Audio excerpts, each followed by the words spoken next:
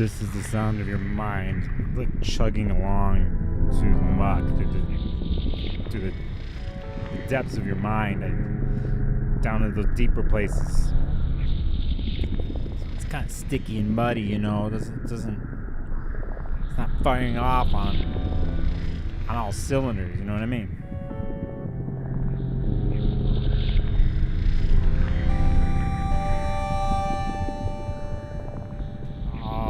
All the cylinders, they're just not firing off. We're at its last degrees of a fixed sign of Mercury and Scorpio. I mean, talking here, I mean, can you even hear me? Is what I am been constructing in my brain even coming through my vocal cords? I mean, it seems that way. Am I imagining myself talking and then into a microphone, and is it actually being heard?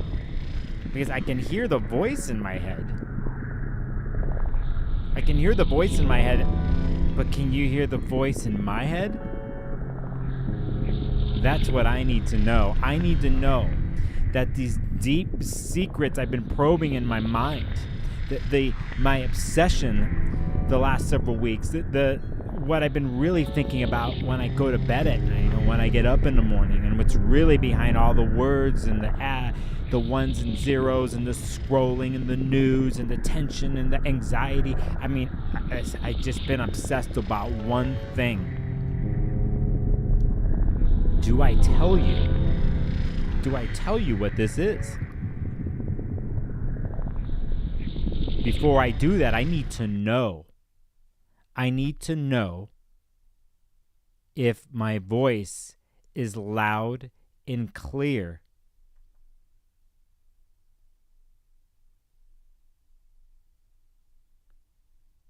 Chat room, is my voice loud and clear?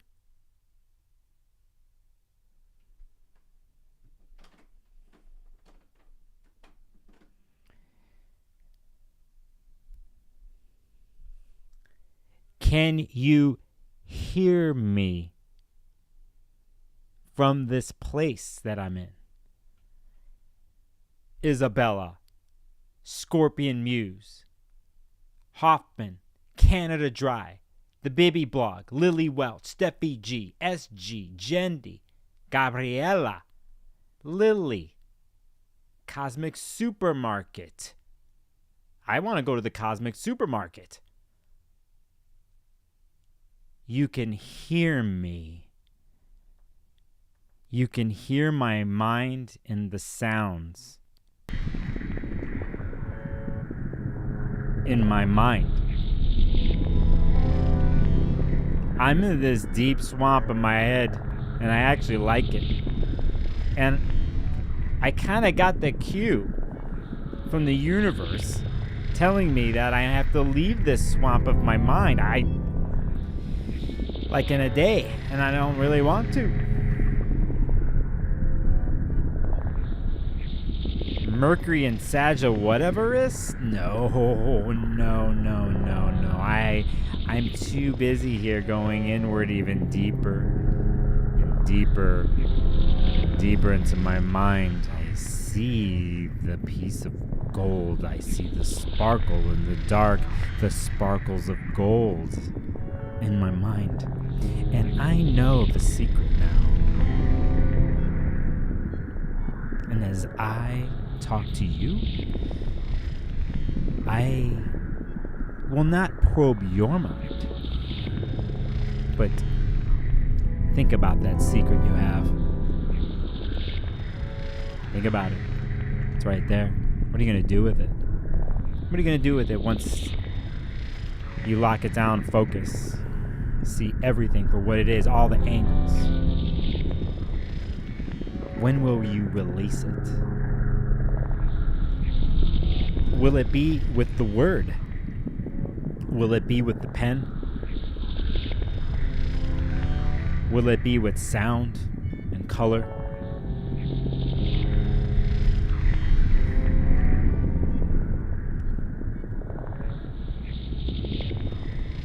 What will it be? Here's a clue from me. could tell where I've been. Last degrees of Mercury and Scorpio.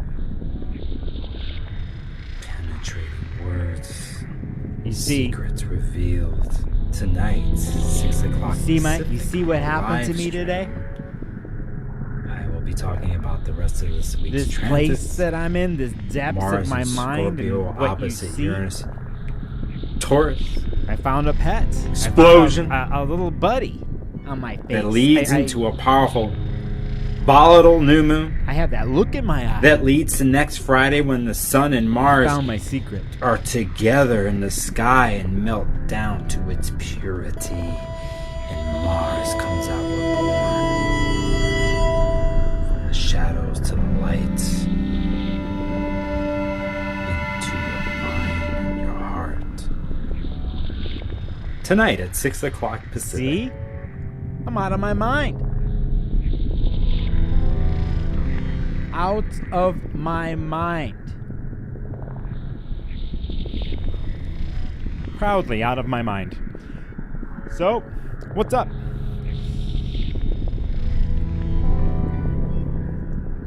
What is up? Hello, chat. Hello. Welcome to a live stream that I came up with on the bottom of my head, top of my head, inside my head today while I was eating oatmeal.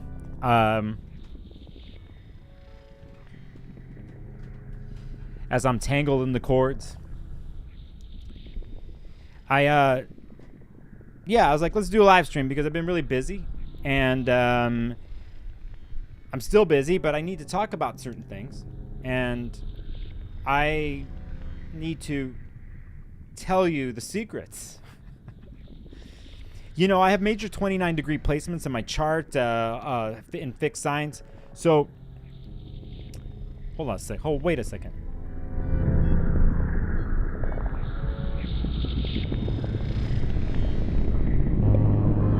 Let me get this.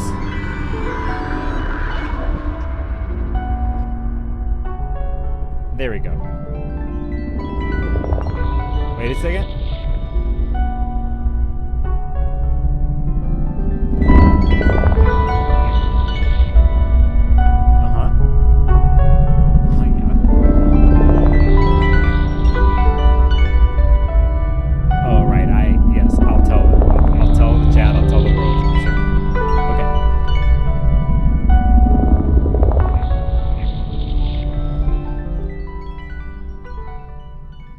From a mind of a Gemini, I have a message to tell you and a secret that just came through. So today's particular stream is going to be talking about today, what happened today astrologically. Tomorrow I'm going to go into Saturday and into the Sunday. And I want to say hello to everybody in chat, everybody's not in chat, everybody watching. Hi, happy Hermes Wednesday. I'll get to saying some stuff in the chat. You could see where my brain is today, what kind of place I'm in. I'm actually on fire today with my mind. I knew this was going to happen by transit when it was coming to these degrees of 27, 28, 29 degrees, Mercury in Scorpio. I'm really psyched when Mars is going to hit that place. Hopefully, my heart's still beating after then. This is a place, and I wanted to do a stream. So I'm going to pull up some stuff. I'm going to talk about the transits this week, at least from today. What are we going to talk about? We're going to talk about Venus leaving Virgo and going into charming Libra, like where it loves to be. One of the places it loves to be, and we're going to talk about that.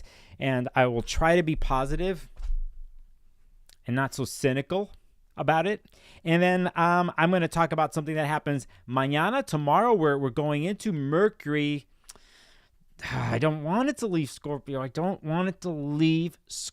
But it's going into Sagittarius to bolt out of the swamp of the mind. You know, sometimes you got to go to the swamp, to the place in your mind. And grab that piece of something and be direct to yourself and those around you in a very chill, respectable, honorable way. When we hit Mercury and Sagittarius, things get a little wild, but that's what's happening. We're also going to talk about something that happens on Friday with Mercury, and I'm also going to talk about just a regular old Mars and Scorpio opposite Uranus transit that we're building up to here all week that gets set off the closer we get into the weekend, that just is It just has to do with excitement and unpredictability and Mars and Scorpio brooding in there and getting set off by Uranus. Just another plain transit for you. Just another transit in a year of transits. That's what we do, astrologers. We look in the calendar, we look at the clock, and we go back, we go forward, just constantly looking at the damn calendar and hearing the tick-tock of Chronos, of Saturn, the whole time running the show. If you really want to do astrology, whatever level you're at, if you're going to lose yourself into one particular planet, do the Saturn way. You don't have to do any other astrology. You can just look at Saturn, what it's doing in cycles overall, and you can see the map of your life, really. But you must dare to cross your fear and to go to the depths that Saturn likes to do, the reality kind of depth. It's a different kind of beast. It's a different kind of thing, you know. It's like you gotta be ready to do your work, you know. So saying that, I'm gonna talk about those transits.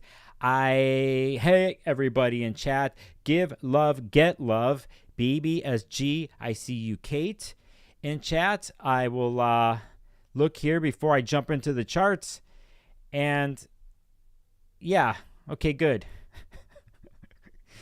That's what's happening. Am I on the camera correctly? I'm like, I just got to make sure. Like, let me make sure I get it together here. So like here, slow fade. There. Okay. I'm functioning there. And then let's say I go back to this. Slow fade. Okay, good. I want to make sure I got that. And then there's this. Okay. And then we will go back to this. The last degrees of okay, Mercury so, in Scorpio. Oh, wait a second. Well, who the hell? What the hell is that? Words, secrets revealed tonight. Just so you know, we're having this is my life. Stream. We're having a Gemini moment here. This is my life ever since I came out of the womb. Is transits. This. Like Mars and Scorpio opposite. It's Dr. Uranus Jekyll and Mr. Hyde, okay? Taurus, and it's the explosion. But who really is it that good, leads bad, into a powerful volatile new moon? Demon? You could. That leads to next Friday when the sun and Mars this person are together in the sky and melt down to its purity. You get down, melting down to purity. And Mars, what's it say? Mars comes out reborn from the shadows to the light. Shadows to the light. Ooh, okay.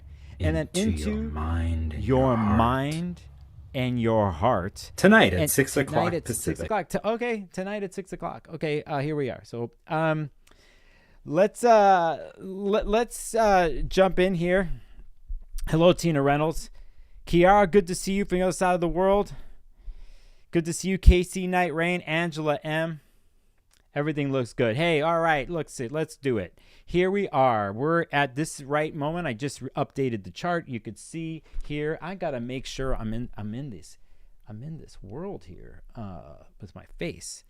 And I can remember I can move this. Can I move this? I can. All right. So we're looking at 615 Portland, Oregon.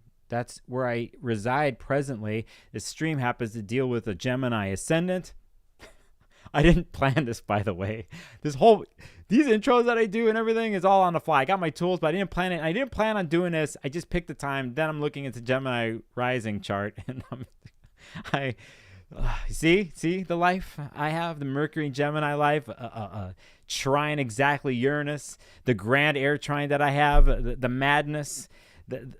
Anyway, so that's the chart here. Hey, let's get right into what happened today. As a matter of fact, we're going to annotate the screen and we're going to go straight to Venus, which left Virgo today and is now entered the cardinal sign of Libra. Hey, let's not forget what happened in the beginning of June. The beginning of June, Venus went into Leo. And we did that whole story. The story continues in a sense. It did its retrograde in Leo, and then right when it came out of that, remember we did it's like not too long ago that Venus went into Virgo, and it was trying on the Virgo wares basically, and living that life and aspecting all the outer body planets, right? And so we have this transition where typically we talk to people, they're going to say Venus is in her fall, she doesn't fit there. Yeah, okay, sure, I get it on paper, but when are you going to tell Venus and Virgo that they're constantly falling on her face? No, I actually like Venus and Virgo. I like what they do relationally or what they're trying to do. I like all the planets and all the signs. We have to know the rules, but then we have to take that within context and jump out. That's the astrologer I am. And you know what? I'm going to say something right here because this is very important to me. This has to do with the little truth that came to me today that I need to say out loud. I am a human being, first and foremost. I am a man, I'm male, identify that way. He, him pronouns, I'm straight. Okay, so we got that out of the way. You know I'm a Gemini. I'm Greek and Ecuadorian. On and on. I'm an astrologer. I'm an astrologer. Notice that I'm not putting a word before astrologer as in the type of astrologer. I'm not an evolutionary astrologer. I'm not a Hellenistic astrologer. I'm not a medieval astrologer. I'm none of those. I've learned a lot from those places, and they're part of the astrology that I do. But I am not any of those things. I'm an astrologer. That's how I roll. That's who I am. And I need to say this out loud for some of you watching. Maybe I need to add this on the video on my website or the bio on my website. Do I need to add my education? School of Hard Knocks. Self-taught. Was a street photographer for years. Blah, blah, blah, blah, blah, blah. I had mentors, classes, webinars, learned. I've taken everything, is who I am. This is just a vetting mantra, vetting Mercury and Scorpio truth that I'm telling to you all, who anybody's going to watch this. It's like, oh, I'm thinking about getting a reading with Nicholas. What kind of an astrologer is he? I'm a Nicholas astrologer. I'm Nicholas, an astrologer. Yeah, so Venus in Libra. Welcome. We like this. We like it. It's on paper. It's great. Okay. This is me not going to be cynical and dark. Okay. I'm going to say like that we have entered the realm of elegance with Venus and Libra. This is what she is part of, what she rules, the refinement that she brings, the refinement in relationships, in relating in general. So it's not just human beings, it's to the world, looking at refinement of that and seeking harmony above all else. That's what Venus likes to do. And in Libra, it's refined and it's elegant and it's seeking balance and trying to use that to find that harmonistic place through the concept, the mind concept of love. Right, let's just think about it from that way because it's an air sign, so we're dealing with the mind. Gemini, Aquarius, Libra, we're dealing with the mind. Remember, if you go look at the constellations and stuff, they're the only ones that are not animal related. There are some symbolic. We got a water bear with pitcher. We got the scales. We got two freaky twins. So two freaky whatevers. So Gemini gets down. They get freaky. So, but Venus and Libra is trying to but really bringing in the art of balanced relating. Inherently, that is the attempt and the gift of this. And so Venus and Libra, it's going to take off some of the inward probing that was happening in Virgo and is coming out from a more social angle that's happening here, and is really good at it. Fairness, balance, harmony, justice. All through the senses, all through refinement. So you and I are talking. We're here now. We're at a party. We're at the negotiating table. We're at a business meeting. We're at a cocktail hour. Whatever the case, Venus and Libra is going to look at all sides and try to work all sides into one place where everyone is heard and related to, heard and dealt with that way, and try to find a harmonistic middle ground. They're really good at negotiating this through charm and through the senses and through style and grace and elegance. Beautiful, beautiful. They're going to use the senses to set the staging ground and the platform in relationships in general. Now, from a mundane world level, a political level right now, and I've seen other astrologers, there's different ways to look at this.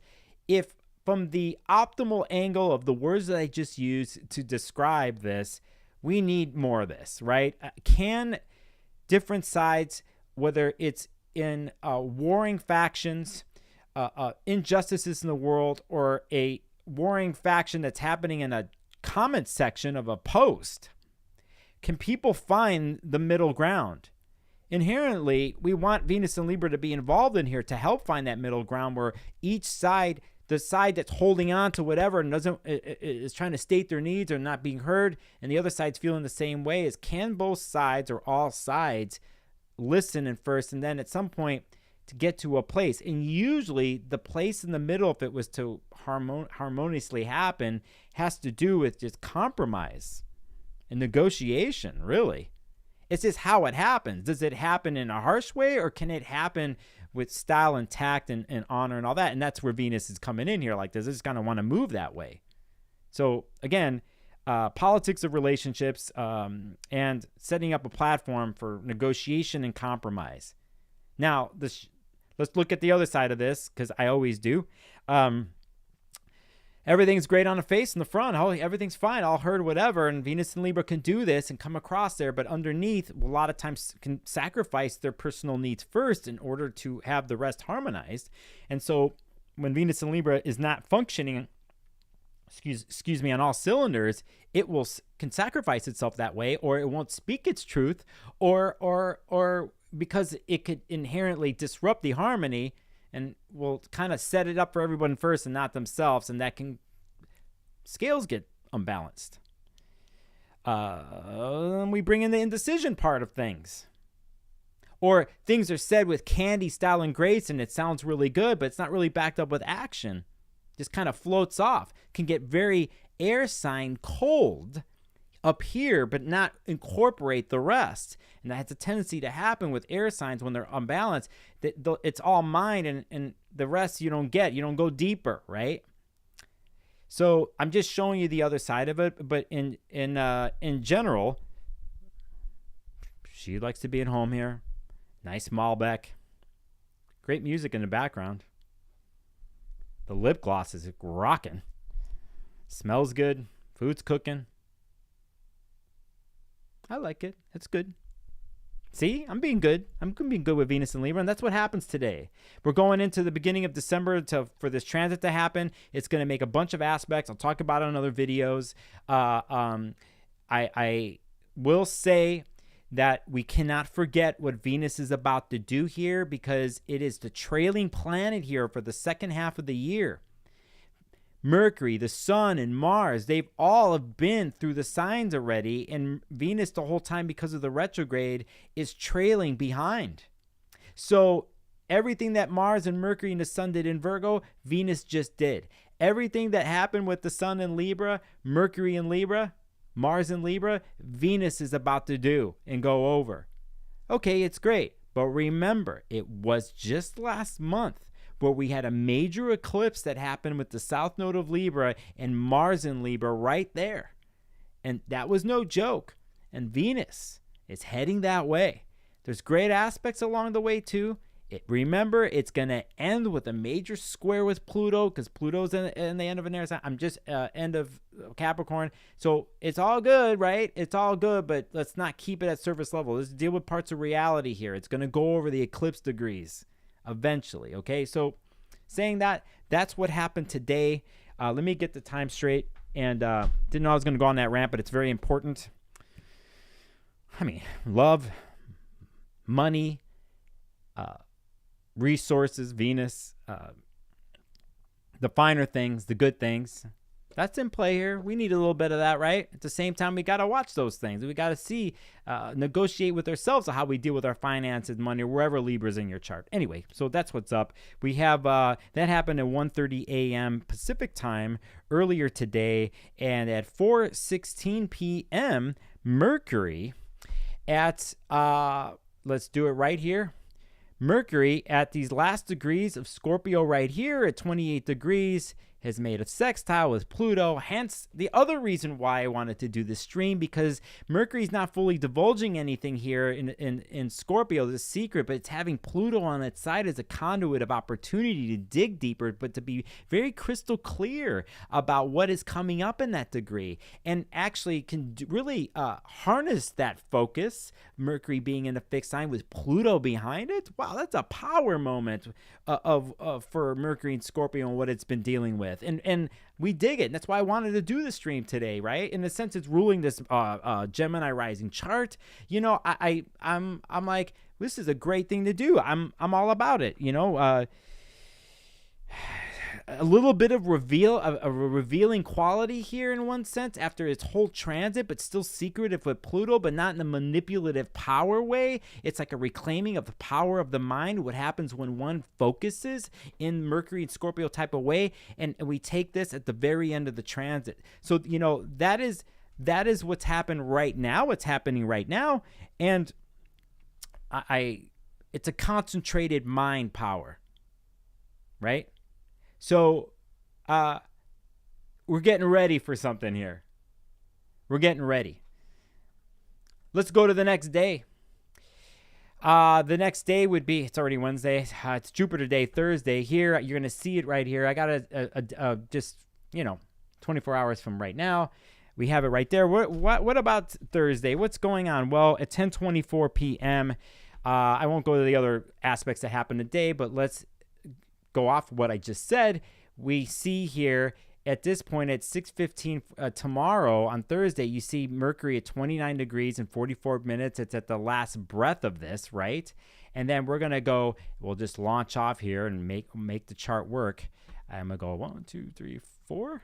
Did it happen yet? It's right there at 59. Let's do it by the minute just for kicks, and then we'll see it right here change. There it is. And so here now, tomorrow at the time, we see Mercury in Sagittarius, and everything that just happened here now wants to launch out into the stratosphere of the mind. And it's funny that we had this connection with Pluto. With Pluto right here, less than 24 hours at Mercury and Scorpio Day, we're still in the deepest place. Nothing's really revealed, but we know the secret, and it really dialed in. And if it was expressed, it was done in a very personal, intimate, one-on-one way, like Mercury and Scorpio likes to do. Then with Pluto, I just shared a secret with you.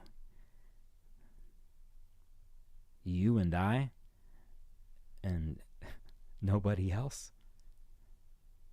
But isn't it beautiful, the conversation that we're having? It's like we've got to this intimate place.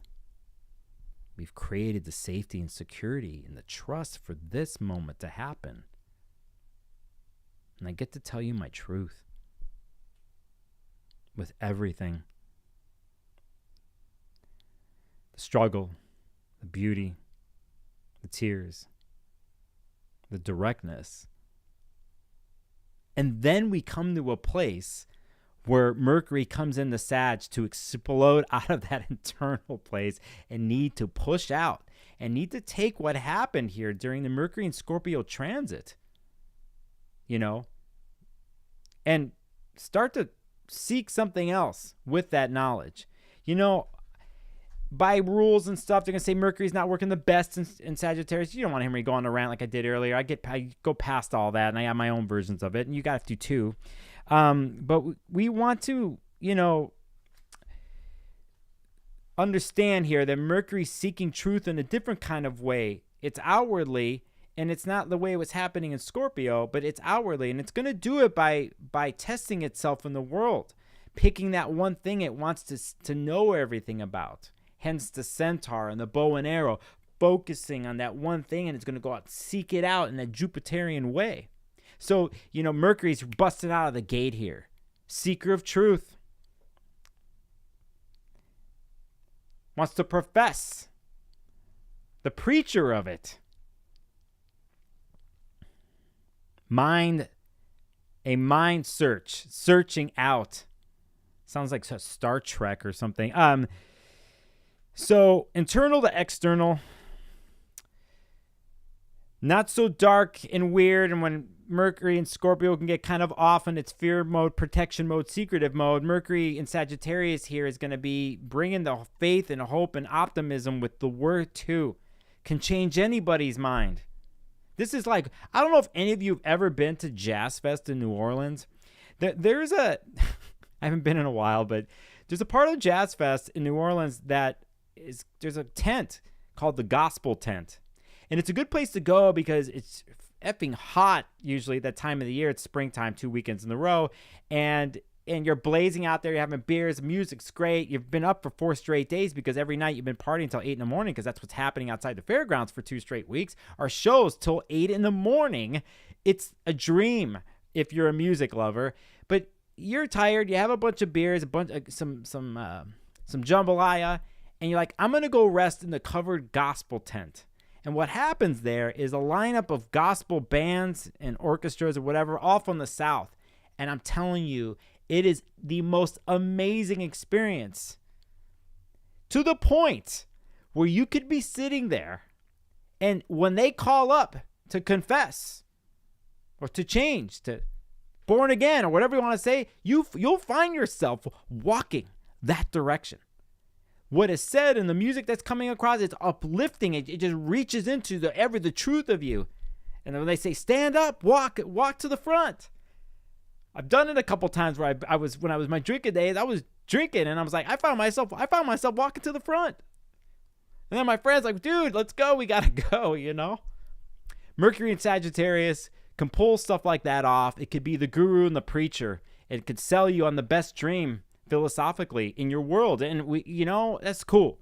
At the same time, we know the other side of this, and it's like, it could get super preachy, and it could not back up and believe in actually what it's saying. Like, it can profess these things and speak that truth, but it won't follow the truth themselves. So that's the darker side of Mercury and Sag. One thing's for sure, either way, if it's on point or not, there is going to be this kind of like, if you've ever had Sagittarians in your life, or if you ever had somebody Mercury Sagittarius, they're going to come right at you and say a certain type of truth, in a different way than Mercury Scorpio did, but they will. And it's very convincing. And a lot of times, not a lot of times, but it could be true.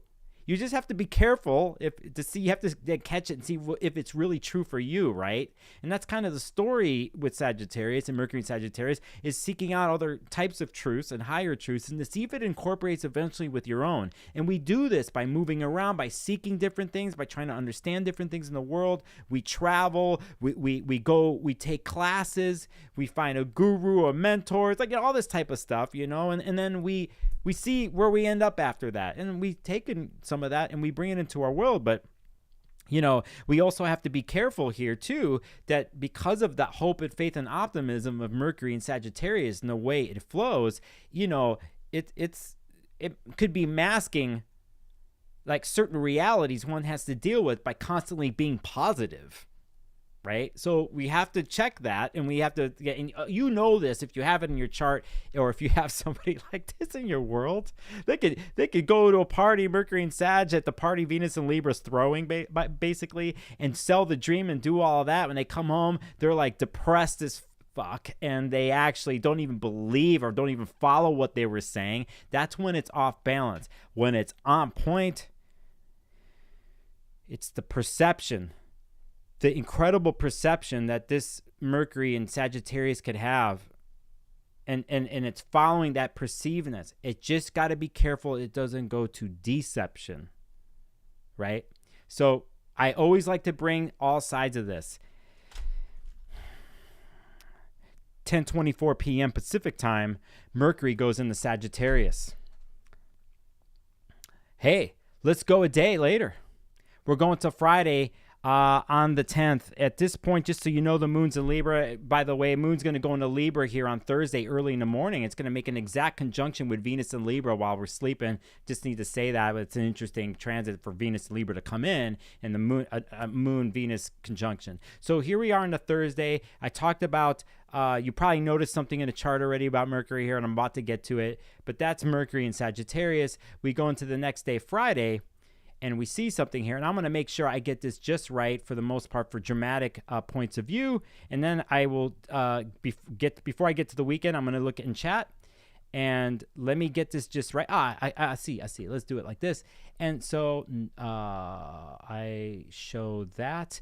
And here is Friday, and we have Mercury at 0 degrees that I was talking about, but we know there's something else, an immutable sign that's at 0 degrees if we've been following this stuff, and it is Saturn, which is newly coming out of a retrograde phase for months. This past weekend, Saturn stationed and has stopped. It's not moving, by the way.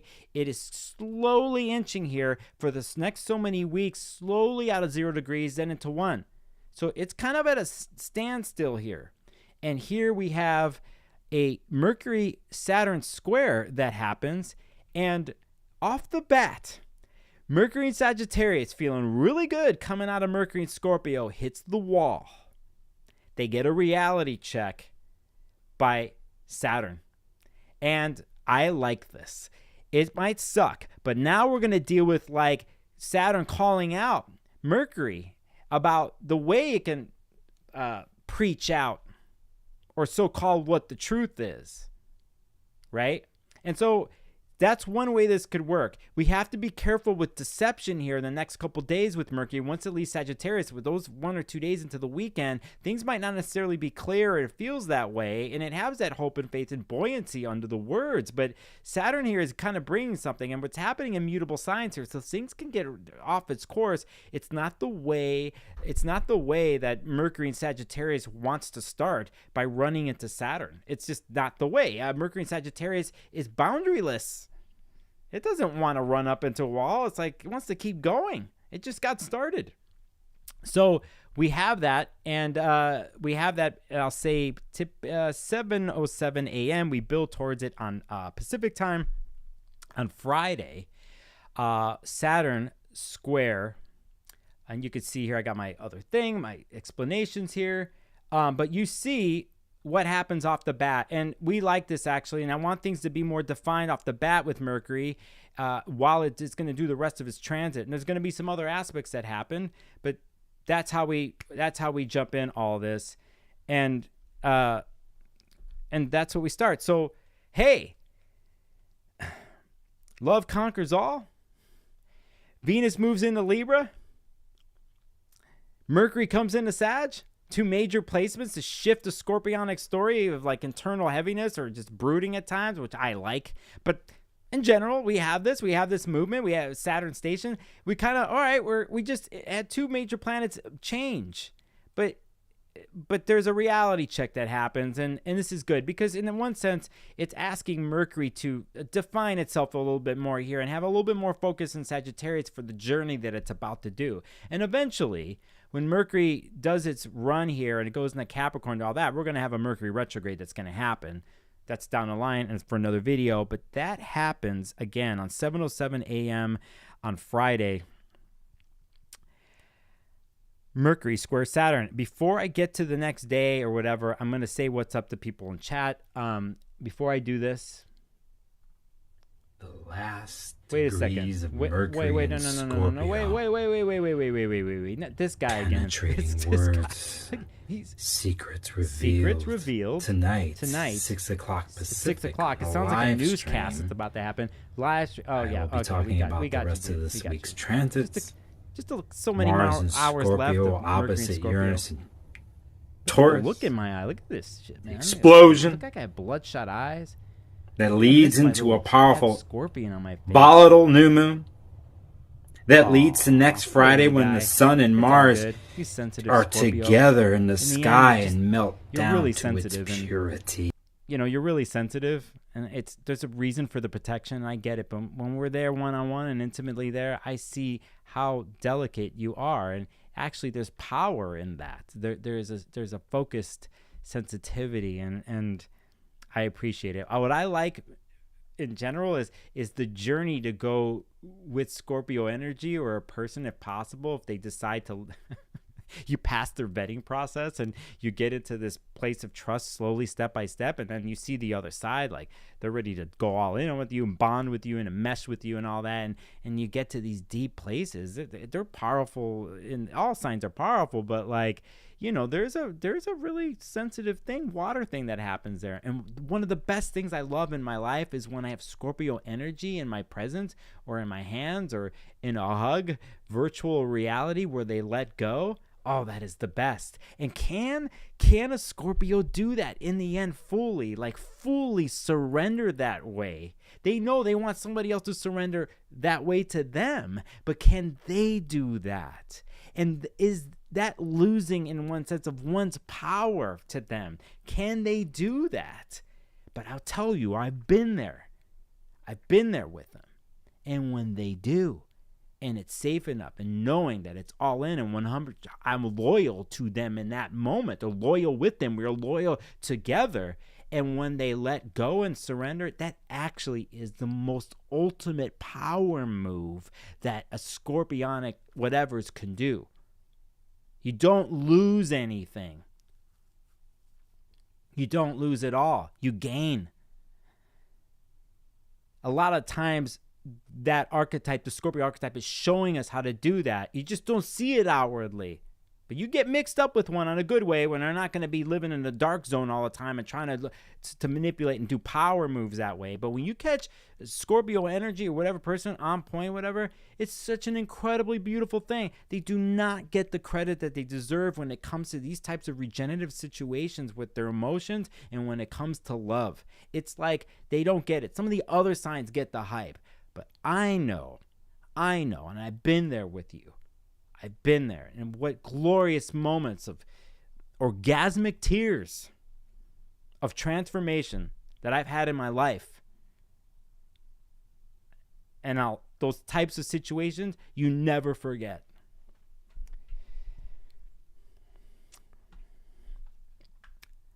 Hello, chat. Let me catch up. AV, I see in the house. Sarah Liza, hey, good to see you. I'm catching up. Aqua Gem, Aoife, Aoife says, I love how the signs build on each other. They're as diverse as we are, each with wisdom. That's it. Totally. Got you. I agree. Let me catch Jendi and Angela M. I see you here. Devon, what's up, homie? Devon says Mercury and Sag can also equal the love and light market. Yeah, that's totally true. You know what? If somebody wants to do a deeper dive, we could think about people who are born, with Pluto and Sagittarius, because we're going to see more of that, right? As people, when we're looking at charts, when we have the Pluto and Scorpio generation of people, right? Kind of a shorter gen of people that goes right into Pluto and Sag. And, part of that is the love and light market, but part of it is the disgruntledness of it too. A lot of the love and light market, we could say the good parts of it and the other parts of it, I think, we're coming from the 60s, really. And that's a whole nother interesting way of breaking it down. But good to see you, Devon. Sharpanda, hello. MD Boutel, Mercury, Sun, and Sag here. You're spot on. Hey, that's good. Thanks, fellow mutable sign. I love it when I run into some Sagittarius and they could sometimes tell me the worst thing that happens in their life and while they're laughing. And like, I'm looking at them like, but hey, like, what are you feeling about it? And I'm like, oh, everything's good, Then it's like, we get to some other places. And then when they go there, man, that's the insights they have when they go there, when they get past, they put it all together. That's a gift there. Jay Peterson, hey, what's up? Did I catch up? Jay Peterson, Susan, good to see you. Rogue, reemerged. Scorpio Riser here. My Scorpio energies here. Michelle Lehman saw the moon and Venus this morning over Seattle. Good comment there. Those of you who don't know, Venus is, you can see it before the light comes out, and then when the light is there, just come up in sunrise. Venus is super bright right now is morning star. And that's a good point right here, because of what Venus was so many months ago is evening star, and it's testing its grounds here. And we also actually, here's a little homework assignment for you all. I just talked about in the stream earlier of Venus going into Libra and how at 2:22 a.m., which we're building here on Thursday, which is happening very, very soon tonight, we have the official Moon Libra conjunction, or Moon and Venus conjunction, okay? But you want to pay attention here for the next 5 to 6 months when the moon conjuncts Venus. In any sign, you want to remember that, because these are points to take in time on the Venus sacred geometry trip of things that we want to take a look at that. In this case, we are dealing with the balsamic moon that's entering here, a moon in Libra into Scorpio here into the weekend, because we're ramping up to a pretty big new moon that happens on Monday. But you always like to take a look and make notes of Moon-Venus conjunctions.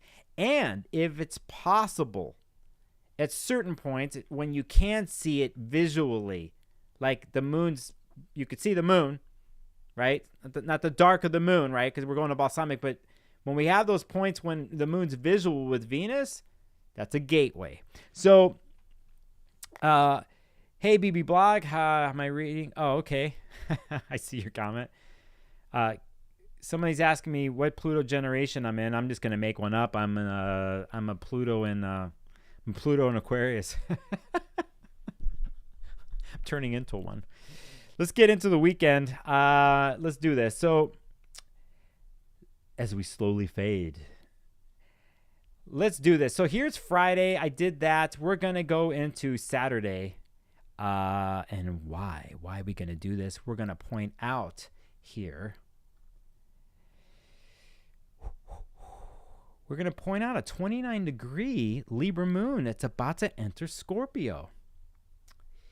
And Angela M. in chat, thank you so much for the super chat donation.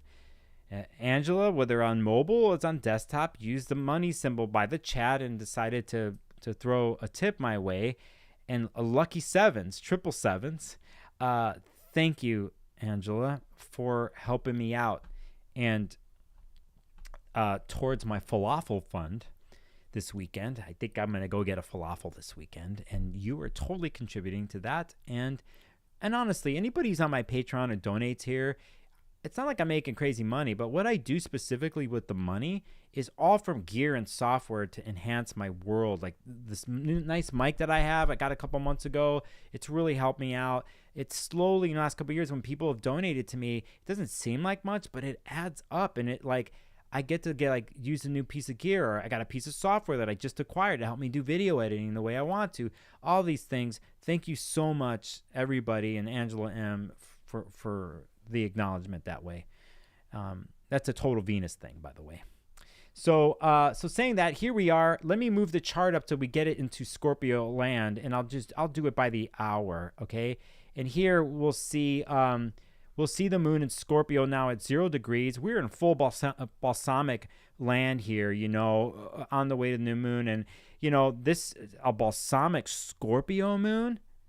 This is like super private, lay low. I'm not telling you to lay low, but considering what is happening, let's start with last weekend when we had Mercury in Scorpio opposite Uranus in Taurus, right? And that type of truth that Mercury in Scorpio had, that it might have seeped out, it might have came out suddenly. It was forced to. Or cracked open, or there was a brilliant internal idea that Mercury and Scorpio had within themselves while they've been doing the probing, like I was in the beginning of my live stream, probing in the swamp of my mind and finding the piece of gold. And there was a sudden insight last weekend with Mercury. It all depends on what was going on for you. There might have been an argument. There might have been an insight. There might have been an insight because of the argument. Whatever the case is, we know Mercury after that connected with a sextile with Pluto like it is today as I'm doing this stream. And then we get to this weekend and the moon comes here in a balsamic phase. So it's like, hey, we're cleaning up the dirt. We're getting ready for a new moon phase. And I think Scorpio moon likes this place. I like this place for Scorpio moon because it's still in a very internal, holy, letting go, surrendering type of place. And if you think about from the Scorpionic perspective, like I talked about earlier, when it comes to like a true surrender, It is amazing, the byproduct of that. So that's one way to look at the moon here on Saturday. Right now, I got 11:27 a.m. Pacific time on this chart, but that's the moon. And we're gearing up to Monday, where the 20-degree new moon that's going to happen. Why the hell am I bringing this up? Well, that moon enters Scorpio at 10:39 a.m. Pacific, and in a sense, leads us several hours later, officially, to something else, and I'll make it somewhat there. Let me look at my, let's just get it on a dang dot if possible. 1, 2, 3, 4, 5, 6, there. Okay, and so we'll do this there. And here we are. Why? Here's the huge transit of the week, and it carries over into next week. And it's Mars, which is at 21 degrees Scorpio. Look how close to the sun. It's building up. This is right with the sun. So they're not separate here, okay? They're not separate. Moon's there, balsamic, and we see Uranus in Taurus at 21 degrees.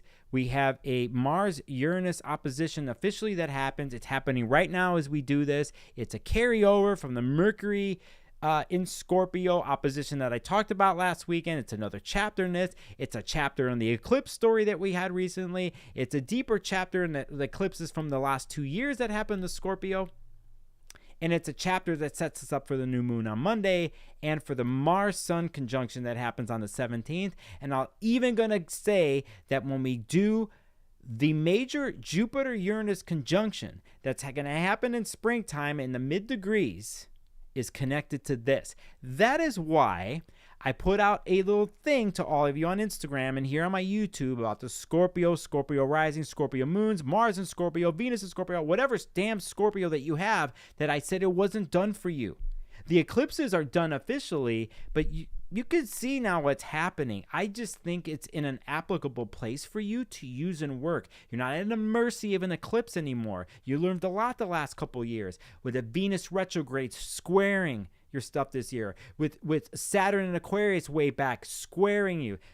All this type of stuff is leading to moments of a major, beautiful regeneration where you are at the hands of the driving this ship here of your scorpionic world and self, and you get to apply some shit. You get to take what you've learned if you were honest with yourself.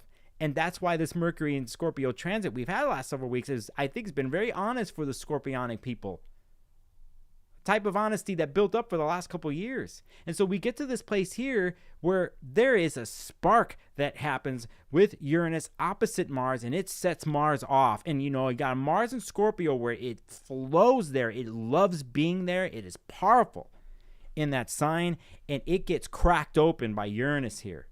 You had a hint of this depending on who you are with Mercury last week, and we should be cautious. Actually, depending on your chart, you got fixed angles, you have stuff in fixed signs, be cautious this weekend. There's a lot of volatility going on with something like this. Be smart with the lessons you've learned of how to use internal power and how to put it into play if you're getting set off or it feels like you just got it in you. Let's not forget, Mars and Scorpio, that's some hot-ass sexual whatevers too. That's some deep loin type of stuff, all right? So that's another thing here.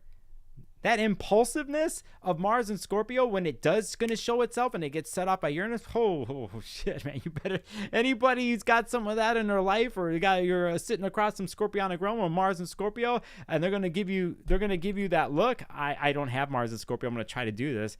It's like this. I can't do it. I can't do it now.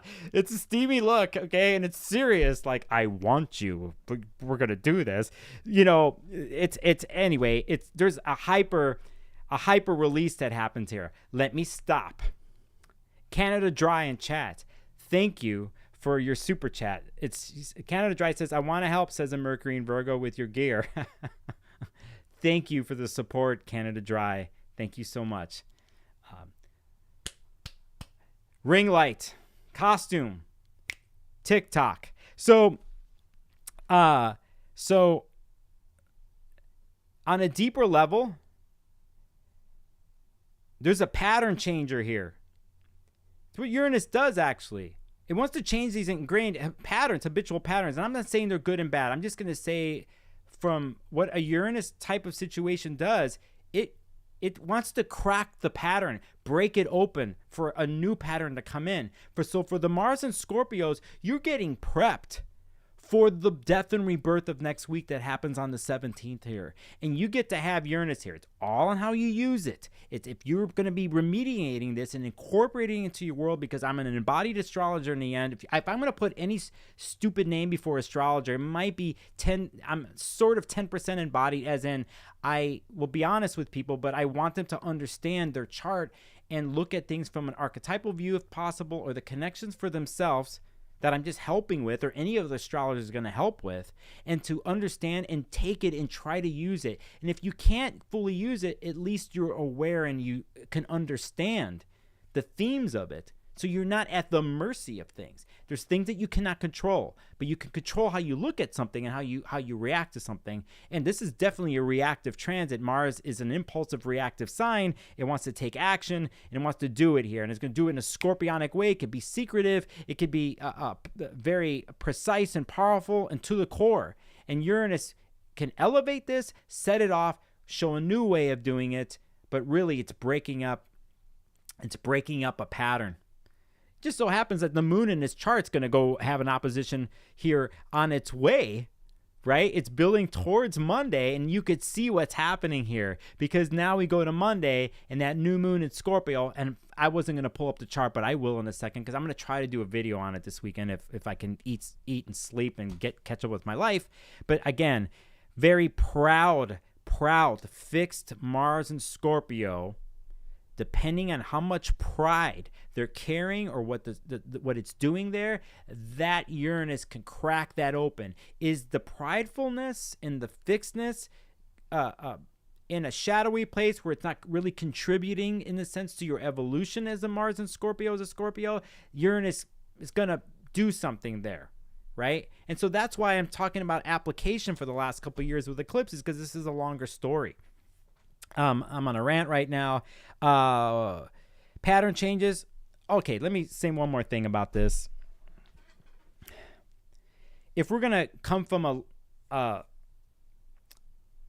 deep-seated love angle on this, how Mars and Scorpio loves.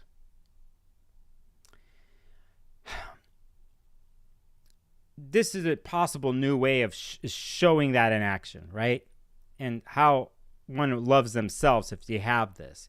I think a lot of Mars and Scorpios could be feeling pretty good these days.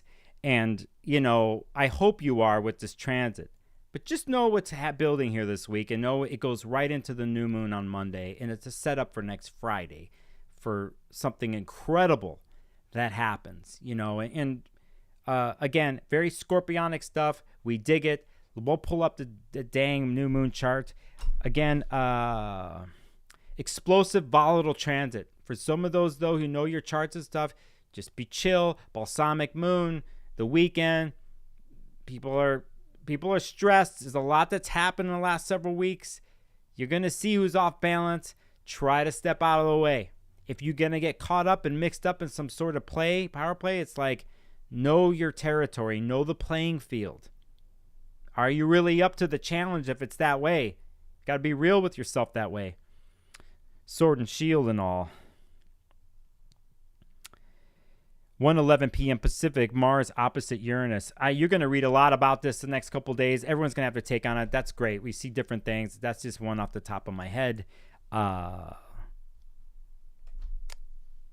get hot. The next day on the 12th, Moon will be opposite Jupiter and Taurus. And on the 13th, for kicks, and I'll be done talking about transits. Let's do it. Just for kicks, we're going to go to an event. Let's just do it here so you can see what the hell is going on. Computer, I would like to know about the next new moon, the exact date and time and what sign and what degrees it's at and all the aspects involved. Computer, will you please show me that? All right. So we're going to go to a lunation that happens here. And this is Monday. And we'll annotate this and I'll be done. I'm going to talk in chat and then I got to sum it up, and I usually will do something else surprisingly and be done. So here we have at 20 degrees the new moon that's going to happen on Monday at 1:27 a.m. So it's Sunday night into Monday. And you could see the balsamic thing I was talking about from as of tomorrow, and we go Saturday, like what is happening from the Scorpionic realm. And so anyway, let's just point out at this point, Venus is at 5 degrees Libra. Let's also point out that Mars in Scorpio here is the ruler of the North Node in Aries. And here's the South Node, clear. Here's the South Node. Let's remember, we, in the background, have a Mars-Venus story going on. It just so happens that Venus is there with her style and tact and negotiation and her good wine, and she's looking pretty good too, is there doing its thing, and Mars is Scorpio's just came out of an opposition. So there we go here. Let me do it again. I'm going fast today, as I always do. 20 degrees. Mars is right there. So is Uranus. Kaboom. This is kaboom. If the kaboom didn't happen this week as I talk into this weekend, it happens there. How do you deal with kaboom?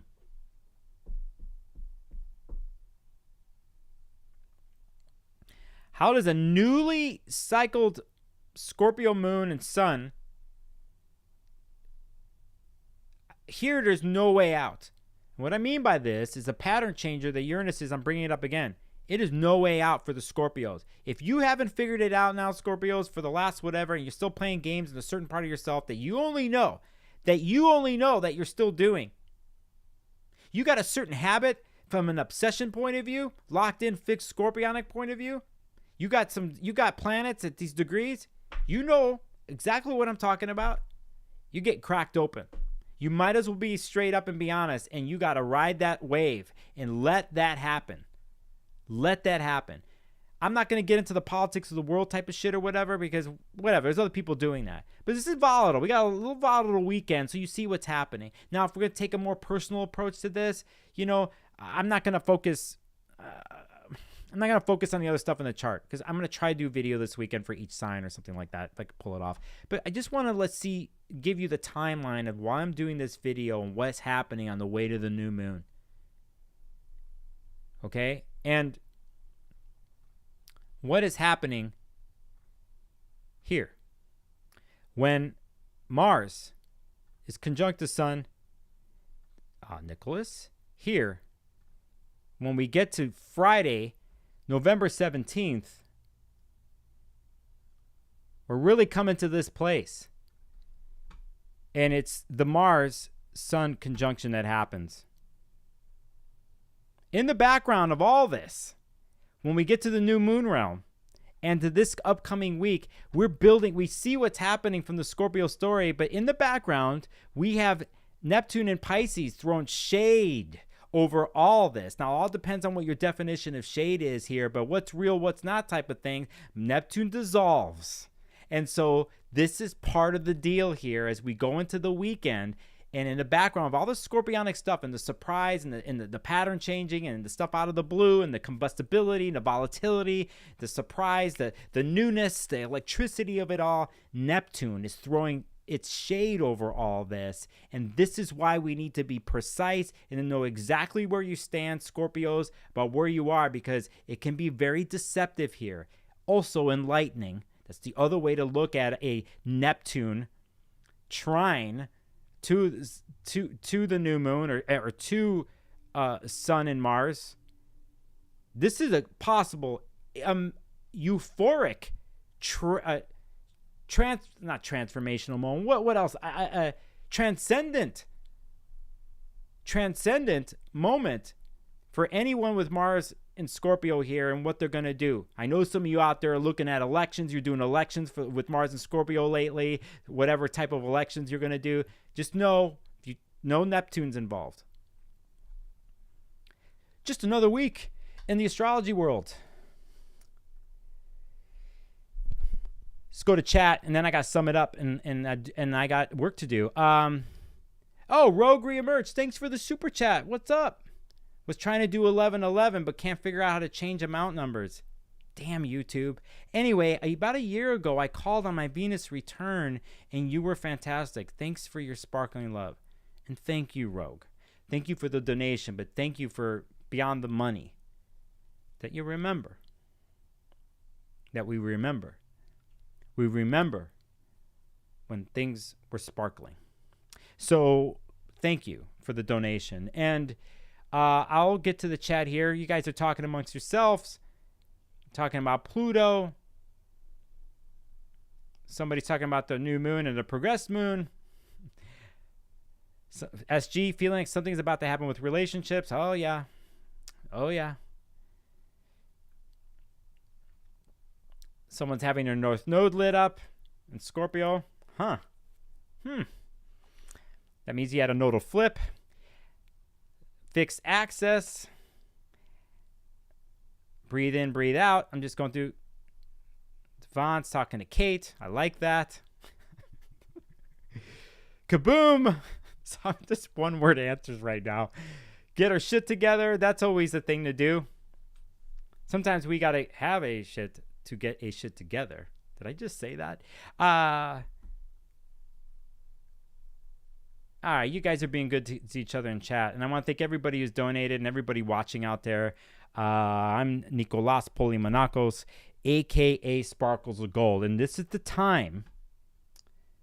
Can I do this? Is this the right way to do it? Yeah, this is the right way to do it. This is the time where I promo myself. This is my webpage.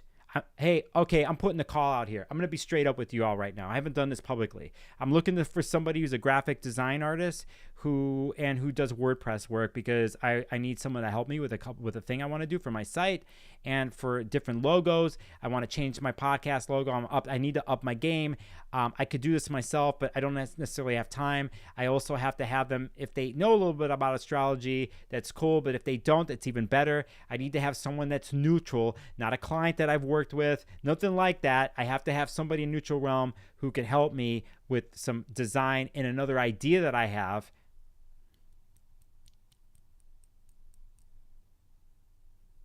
A Mercury and Scorpio idea that I had today that makes me feel good. That I can't say that if I have the right resources, people, I could do this. So that's my call out to anybody out. Send them my way. Get a hold of me. I'm looking for someone who knows how to do good web work from my site and another possible something. And I must vet them in my Scorpionic way to see if we could be one-on-one and do the magic together. So this is my website. You'll see it says book a session. It's very plain. I will scroll down. You'll see I still have my Scorpio reading special here. If you know anybody, if you're considering this, you could still book. I'm going to run this until the 21st when the Scorpio birthdays end. And doesn't mean you have to book now, like the next week, you book out whatever, but that's what I got going on. And I've had a lot of people book and do this. So I want to thank all my Scorpio energy people that have been stepping and coming my way. Let's do it. Let's do it. Let's do it. You can see the other stuff that I offer. I'm about to add some new things here very soon on a deeper level that certain people could take advantage of. That is the deal. If you haven't pressed the subscribe button, do it. Hit the like.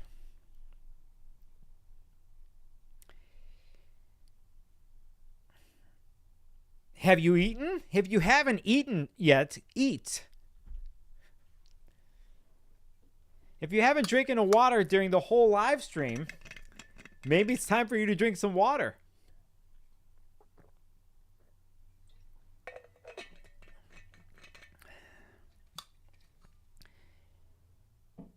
And now I'm going to do one last improvisational thing where I'm going to talk about a certain thing that has come my way and showcase it really quick.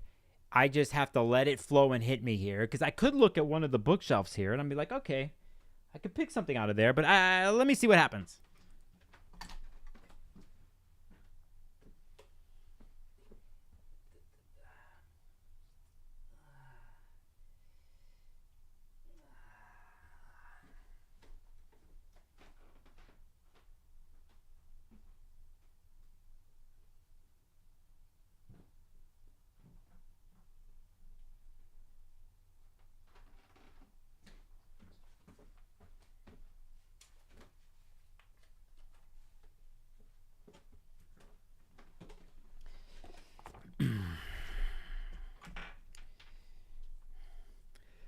Can't have a live stream without a book review, so let's do it. Okay, I pulled 2 off. I just want to let you know that this book right here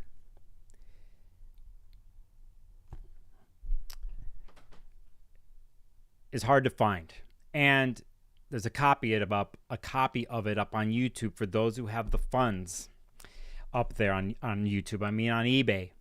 If you go on eBay and look for this celestial art book, which you cannot find, a brilliant book put out by Austin Coppock and Daniel Schuelke of Three Hands Press. A very hard book to find. Lee Lehman's got a essay in here. Benjamin Dykes, Demetra George, John Michael Greer, Freedom Cole, Jason Miller, Eric Perdue, Al Cummins, Aaron Cheek, Daniel Schuelke, Mallory Van. This is an incredible book. I remember when this came out. I was at a conference selling this book. You cannot find it. There's a copy up on eBay right now. It's pretty pricey. You're looking for this book and you're really into it, there's one sitting up there right now. All right, let's get to the real deal. This book. I'm into books for reference.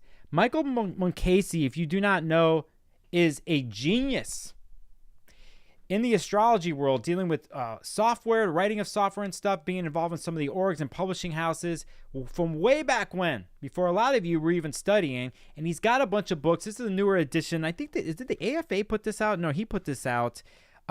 It's just another one of a bunch of books. See you, Adrian.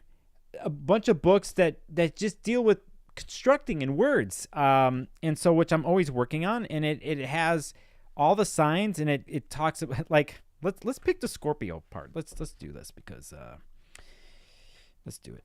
You know, I like to end my streams this way. It's for me to just clear my brain, is to talk about books. And here, okay, so there's a Scorpio chapter. He talks about as a noun, as an adjective, and as a verb. So some of the Scorpio nouns he has, it goes in alphabetical order.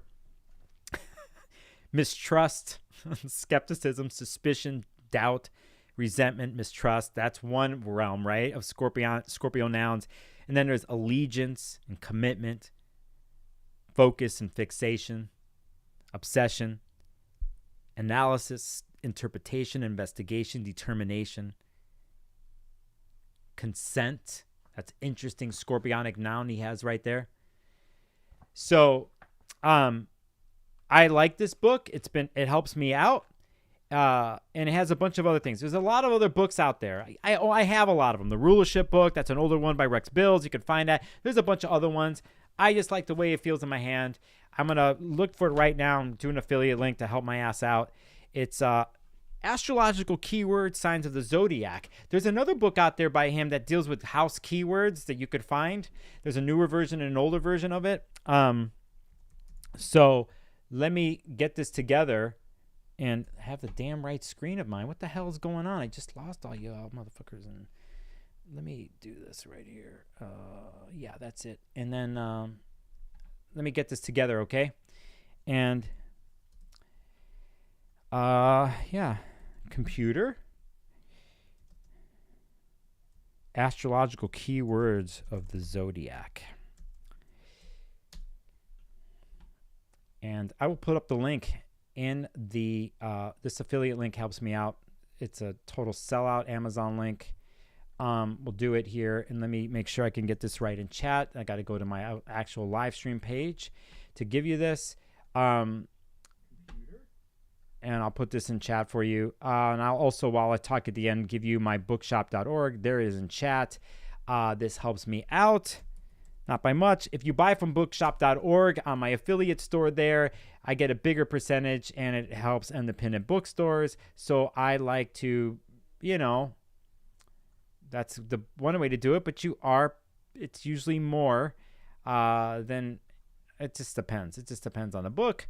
That's what's going on. That's a book that I acquired recently. I don't see it. I don't see it on Bookshop. Damn. Don't see it there. So anyway, that's what's up. Let me say what's up in chat, and let's say a goodbye with some visual and sound. some people come here for the owl. Yeah, the owl. Fucking owl just doesn't go away. It's like, dude, go away. No, I love you. I love you. Athena, I love you. Yeah, catching up.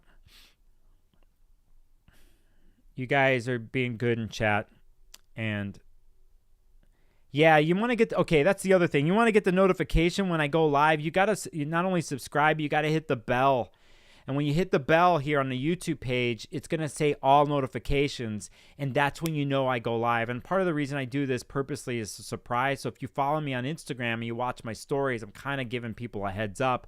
And then because of the way in my life has been busy lately, I can't really like plan ahead of time. But this next month and a half, I think I get a little bit of a break with my workload. And I'll be giving more of a heads up and doing regular videos again that are not live, you know, to talk about certain things. So no, same camera for whoever's asking, name learning. It's just probably my lighting today.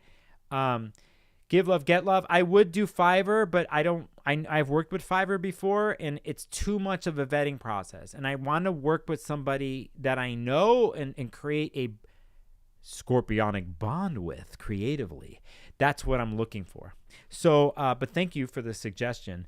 I want to thank everybody that was here tonight, that went with the flow and went with my very mercurial mind today. And let's say goodbye to each other the only way I've been doing and know how. All right. So, again, if anyone's interested in a reading or haven't, or pass my name along, let people know about me. My Patreon members, they got a little video from me this week. They're about to get a 3 Questions podcast that I'm working on here before it goes out to the public. I just recorded a new one with another secret astrologer and so on and so forth. So let's say goodbye. Hour and 20 minutes. That's a little too long, but that's how it rolled tonight. And here we are. You guys are awesome. Thank you. Thanks for your support.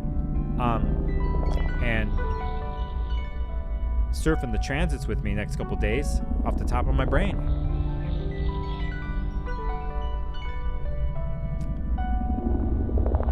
You're welcome, KC Night Rain, Aqua Gem.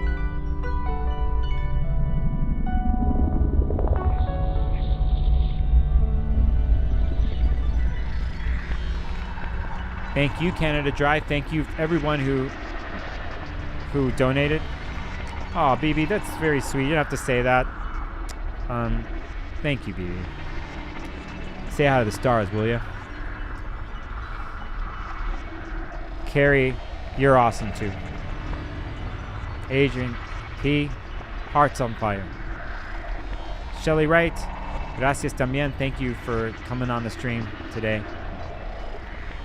I just want to say too, you all treat each other real nice in the chat. It makes me very happy that part of what I'm doing, I get to do my thing and concentrate. And at the same time, I know in the back of my head that you guys are being really cool and supportive of each other. And it's part of the reason why I did this, or I was like, can I find community? Can I build it? Can they talk within themselves? Can all these little things? And I want it to be on another level and something I'm working on next year. But it makes me feel good that I'm on point because you're on point. So,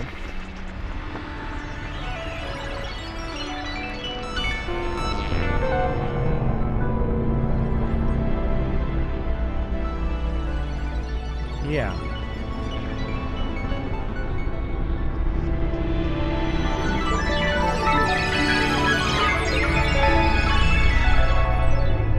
Very computery music tonight.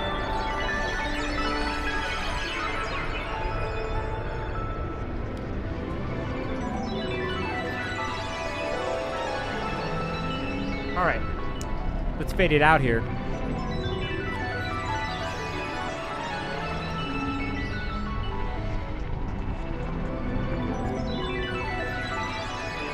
You owe it to you to do what you want to do. Kiara, blessings to you, Kiara.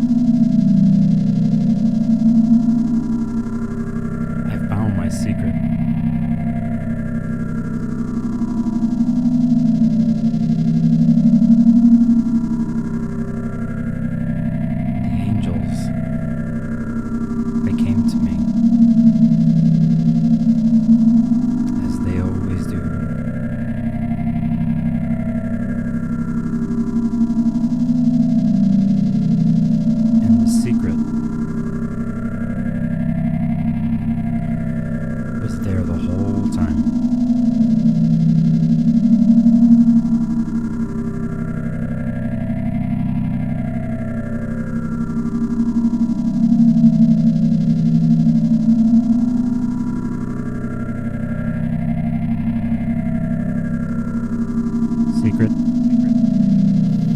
spoke to me.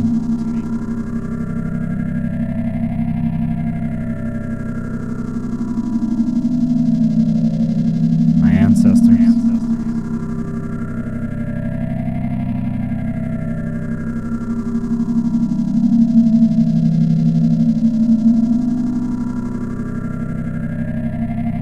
It is what always has been.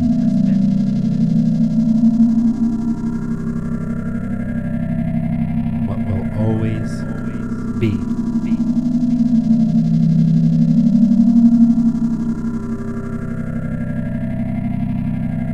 Amor. Love.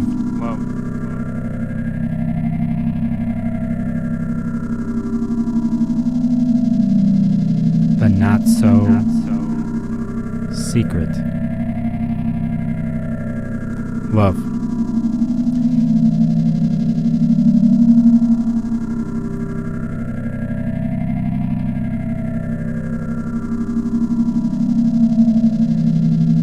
And is the secret that I wanted to tell all of you in the world tonight.